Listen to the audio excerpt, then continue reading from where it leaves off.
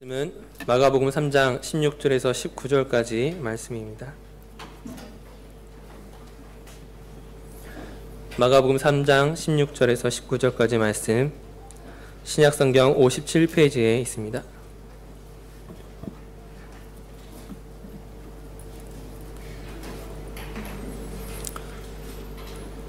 신약성경 57페이지 마가복음 3장 16절에서 19절까지 우리 함께 교독하시겠습니다.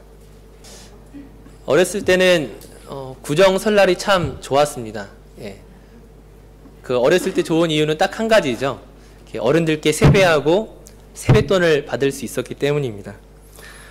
정말 세배 열심히 해가지고 열심히 돈 모아서 사고 싶었던 거 많이 사고 그랬었던 것 같습니다.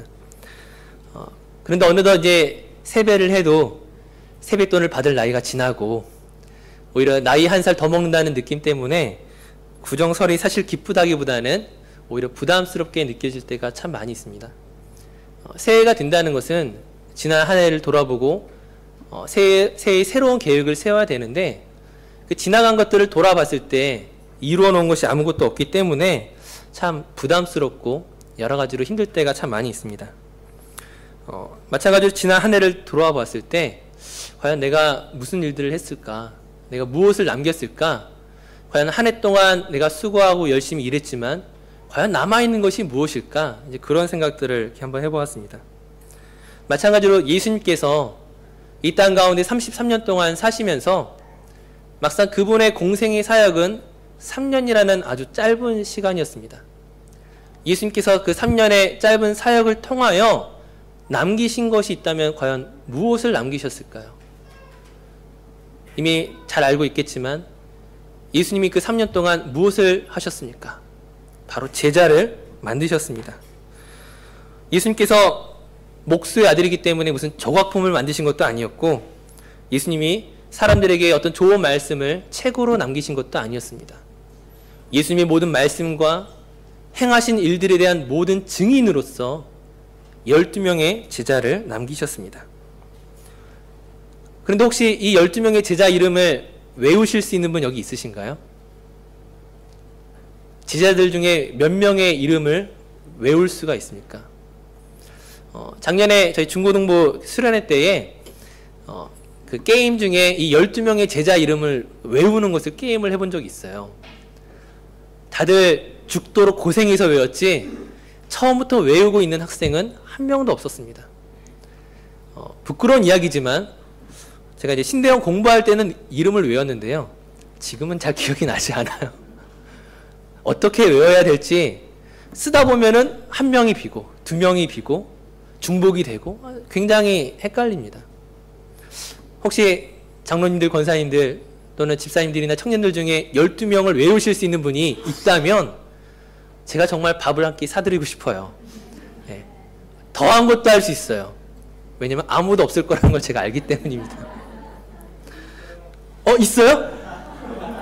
하지만 제가 혹시 시험 들까봐 테스트하진 않겠습니다. 이 많은 사람들 앞에서 망신당하실 수 있기 때문에 제가 성도를 사랑하는 마음으로 잠시 제가 좀 유보하겠습니다. 네. 12명의 제자 이름을 오늘 말씀에 이렇게 기록하고 있습니다. 베드로, 그리고 세베대 아들 야고보와 요한, 안드레, 빌립, 바돌로메, 마테, 도마, 알페오의 아들 야고보와 다데오, 가나안인 시몬, 가롯 유다. 3년 동안의 공생의 사역을 통하여 남기신 것이 이 12명의 제자였습니다. 근데 우리가 이 12명의 제자 이름을 잘 기억하지 못하는 이유가 우리의 어리석음과 우리의 불순종과 우리의 관심이 없음도 있겠지만 사실 성경을 보면은 이 12명에 대해서 골고루 평가하거나 자세하게 기록하지 않고 있다는 거예요. 주로 보시게 되면은 가장 비중 있게 다뤄지는 사람은 딱 3명 있습니다. 베드로와 야고보와 요한입니다. 예수님께서 중요한 자리에 가실 때 이 3명만 따로 부르셔서 가셨다는 거예요. 많은 제자들 있었지만 예수님을 따르는 많은 무리들이 있었지만 그 중에서 12명을 뽑으셨고요. 그 12명 중에서 또다시 이 3명만을 부르셔서 중요한 자리에 함께 동행하셨습니다. 우리가 흔히 변화산이라고 부르는 그곳에 데리고 갔던 것도 이 3명이었어요. 베드로와 야고보와 요한. 회당장 야이로의 딸을 살리실 때도 이 세 명만을 특별히 데리고 들어가셨습니다. 겟세마네 동산에서 기도하실 때도 이들만을 데리고 가셨어요. 왜 이들을 데리고 가셨을까요? 12명의 제자를 뽑으셨으면 차별하지 말아야지. 왜 3명과 나머지 9명을 구별하셨습니까? 우리는 거기에 대해서 진지하게 고민을 하지 않고 이 베드로와 야고보와 요한이 무언가 믿음이 특별하거나 특별하게 쓰실 만한 어떤 것들이 있었기 때문이라고 생각할 때가 많이 있습니다. 예수님에 대한 믿음이나 충성이 다른 사람들보다 더 뛰어나다고 생각할 때가 많이 있다는 거예요. 때로는 그런 모습이 보이기도 합니다. 베드로가 딱 예수님 앞에 나서서 나는 예수님을 결코 배반하지 않겠습니다. 누구도 예수님을 함부로 잡아갈 수 없습니다. 야고보와 요한이 예수님 곁에 딱 붙어서 있는 걸 보면은 분명히 이들은 예수님에 대한 충성심이 있는 것처럼 보입니다. 하지만 과연 그것 때문에, 과연 그러한 사실 때문에 예수님이 이 3명을 특별히 부르셔서 변화산이나 겟세마네 동산이나 회당장 야이로의 딸을 고치실 때 데리고 가셨습니까? 제가 보기에는 이들이 믿음이 좋거나 충성스럽거나 우리가 본받을 만한 어떤 것이 있기 때문이 아니라는 거예요. 오히려 본문을 잘 살펴보고 성경을 잘 살펴보면 예수님이 이들을 데리고 가신 것은 이들이 다른 제자들보다 시끄럽기 때문입니다. 이들만 놔두면 안 된다는 거예요. 예수님이 12명을 다 데리고 가지 않는 이상 가령 회당장 야이로의 집이 방이 좁기 때문에 어차피 12명이 다 들어갈 수 없어요. 예수님이 혼자 들어가시거나 아니면 누군가를 데리고 가셔야 한다면은 믿음이 좋기 때문에 이 3명을 데리고 들어간 것이 아니라 이들을 이대로 놔두기에는 참으로 문제가 많아서 나 없는 사이에 사고를 칠까봐 그래서 데려갔다고 보는 게 맞다라는 거예요. 근데 그것을 오늘 말씀을 통해 한번 살펴보려고 합니다. 예수님께서 이 셋을 변화산에 데리고 가셨던 그 내용을 한번 살펴보도록 하겠습니다. 누가복음 9장 28절에서 33절까지 말씀을 함께 보도록 하겠습니다. 누가복음 9장 28절에서 33절까지 말씀 우리 함께 교독하시겠습니다. 이 말씀을 하신 후 8일쯤 되어 예수께서 베드로와 요한과 야고보를 데리고 기도하시러 산에 올라가사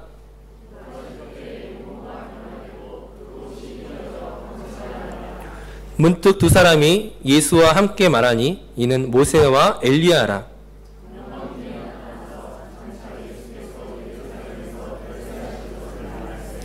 베드로와 및 함께 있는 자들이 깊이 졸다가 온전히 깨어나 예수의 영광과 및 함께 선 두 사람을 보더니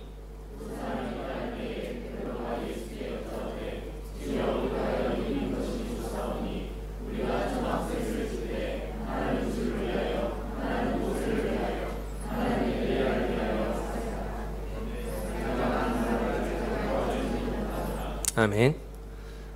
이 3명의 가장 중요한 특징은 가장 중요한 순간에 졸고 있다는 거예요.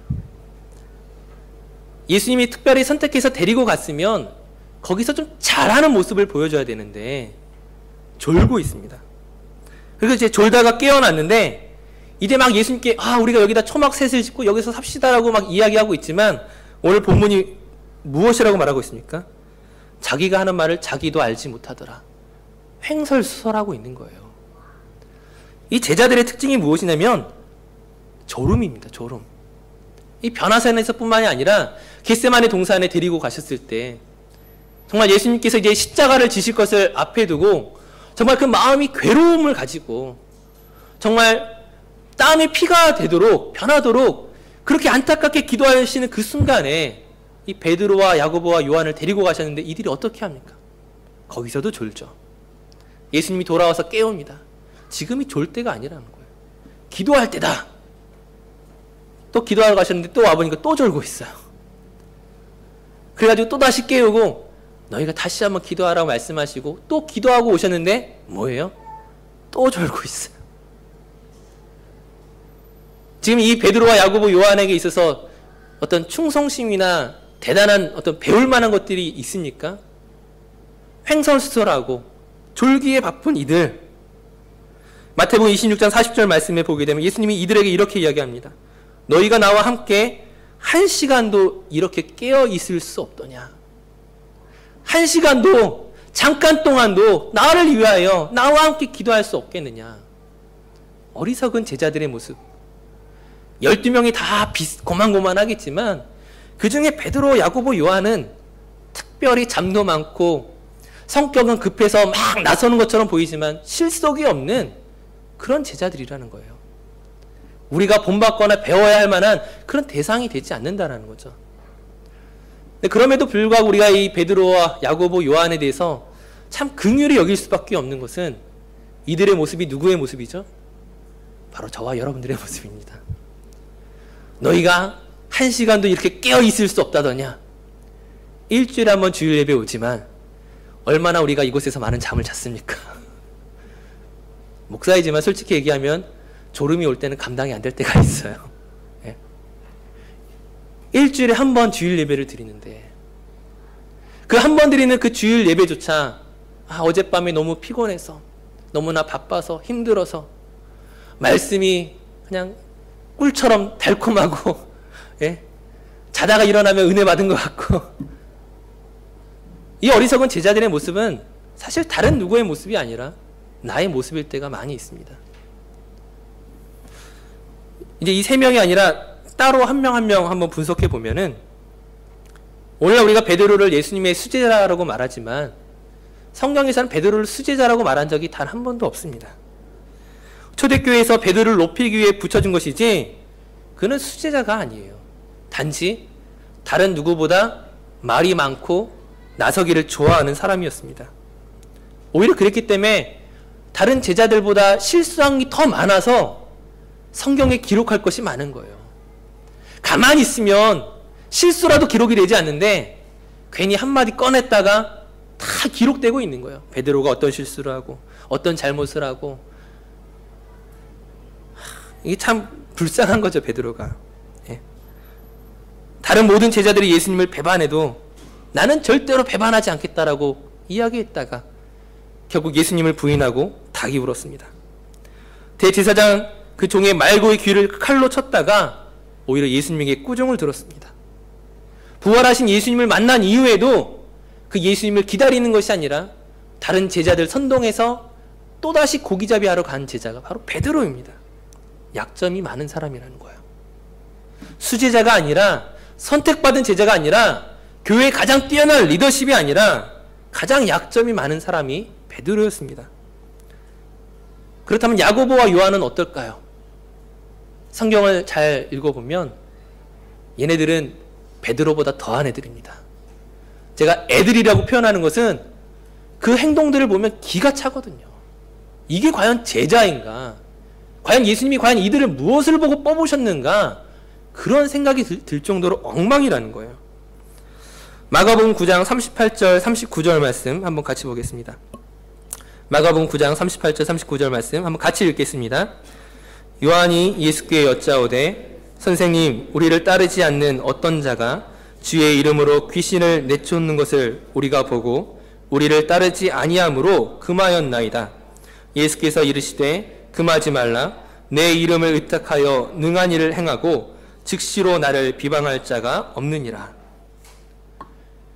그들이 예수님의 명령을 받고서 전도하러 다니면서 예수의 이름으로 명령할 때 귀신이 쫓아나는 것들을 경험을 했어요. 은혜를 경험했죠. 근데 이제 사역이 오래되면서 그 사실들을 아는 어떤 사람들이 예수님의 이름으로 그들도 따라하기 시작하는 거예요. 그래서 요한이 야, 이 예수님은 우리 예수님이야. 우리 선생님이지 너희가 사용할 이름이 아니야 하고 화를 내고 그들을 못하게 하였습니다. 즉 특권의식에 빠져 있는 거죠. 우리만 선택받았고 우리만 예수님의 제자이고 우리만 예수님의 이름을 사용할 수 있다라는 특권의식에 빠져 있었습니다. 사실 이거는 굉장히 작은 문제이고요. 두 번째 누가복음 9장 51절에서 56절 말씀 한번 같이 보겠습니다. 누가복음 9장 51절에서 56절까지 저와 함께 교독하시겠습니다. 예수께서 승천하실 기약이 차감해 예루살렘을 향하여 올라가기로 굳게 결심하시고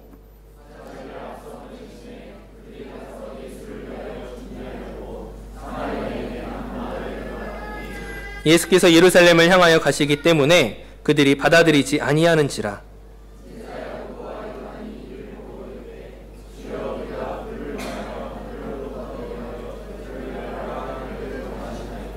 예수께서 돌아보시며 꾸짖으시고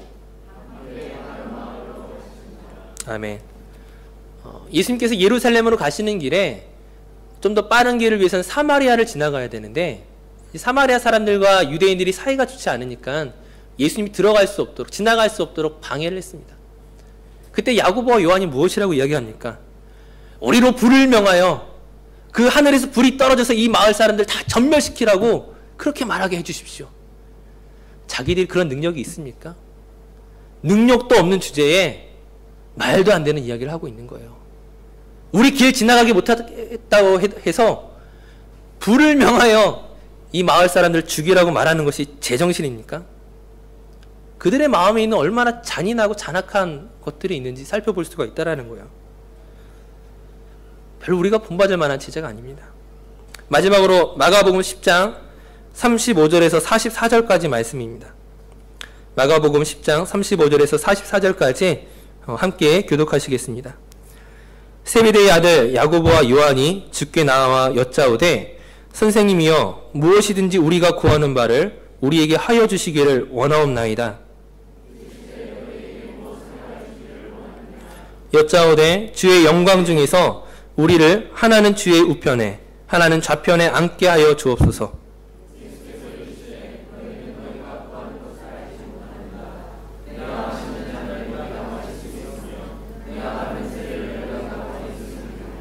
그들이 말하되 할 수 있나이다. 예수께서 이르시되 너희는 내가 마시는 잔을 마시며 내가 받는 세례를 받으려니와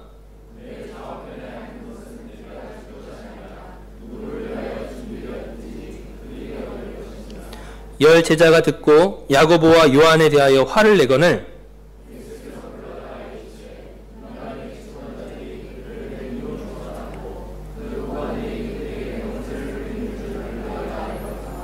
너희 중에는 그렇지 않을지니 너희 중에 누구든지 크고자 하는 자는 너희를 섬기는 자가 되고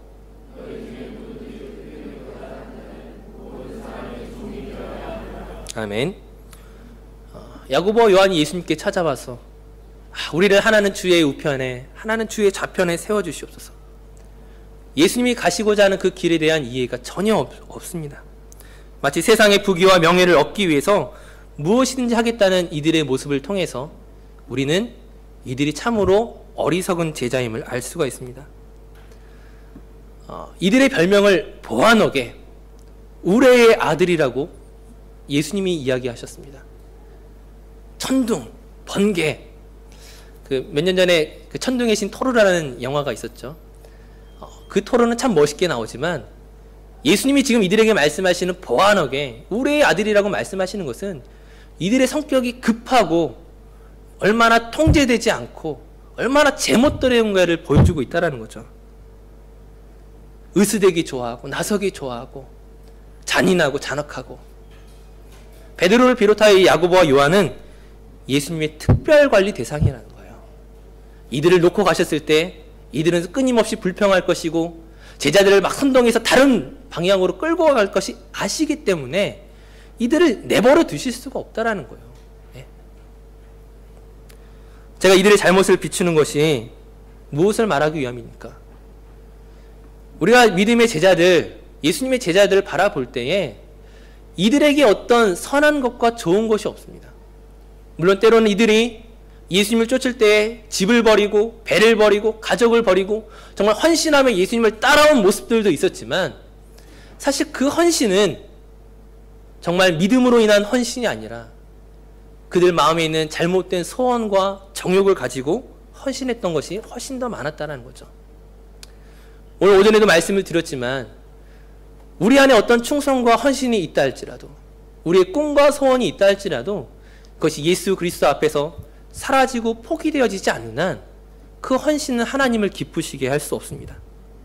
우리가 이들에게서 보아야 되고 배워야 되는 것은 그들의 충성이나 헌신이나 믿음이 아니라 이런 사람들도 이런 제자들도 이런 어리석은 사람들도 예수 그리스도께서 또한 성령께서 그들을 변화시키고 새롭게 하심으로 사용하실 수 있다는 거죠. 우리가 이 3명을 우상시할 것도 없고 나머지 다른 제자 9명을 비천하게 여길 필요도 없습니다. 제자들의 관심은 누가 높고 낮느냐에 관심이 있었지만 예수님의 관심은 그들은 서로 도토리 키재기밖에 불과하지 않았다는 거예요. 이들은 변화되어야 되고 다듬어져야 되고 깎여져야 되고 성령의 은혜를 입어야만 하나님의 일을 할 수 있는 사람들입니다. 마찬가지로 오늘 우리가 해야 할 일들이 무엇입니까? 우리가 교회 안에서 자랑할 만한 것이 과연 무엇이 있겠습니까? 장로이고 권사이고 집사이면 그것을 내세울 만한 능력이 있겠습니까? 내가 교회에서 어떤 일들을 맡고 있고 정말 나의 위치가 얼마나 중요한가, 이것은 아무런 상관이 없다는 거예요.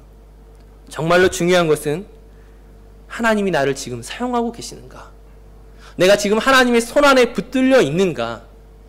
내가 하나님의 손에 붙들려 있다면 나의 어리석음과 나의 또는 모자른 성품과 나의 모자른 실력마저도 하나님 충분히 변화시켜 사용할 수 있다는 것입니다. 오늘 우리가 기도해야 할 것은 주님께서 나를 사용하여 주시옵소서. 주님의 손 안에 나를 붙들어 주시옵소서. 우리가 그렇게 기도하고 또 남은 우리의 삶과 그 생애를 하나님께 드릴 수 있는 우리 모든 성도님들 되시기를 바라겠습니다.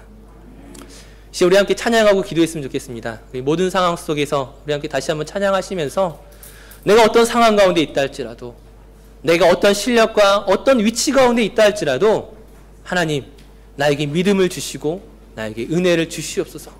하나님의 손에 붙들린 확정된 제자가 되게 하여 주시옵소서. 우리 함께 찬양하고 기도하겠습니다.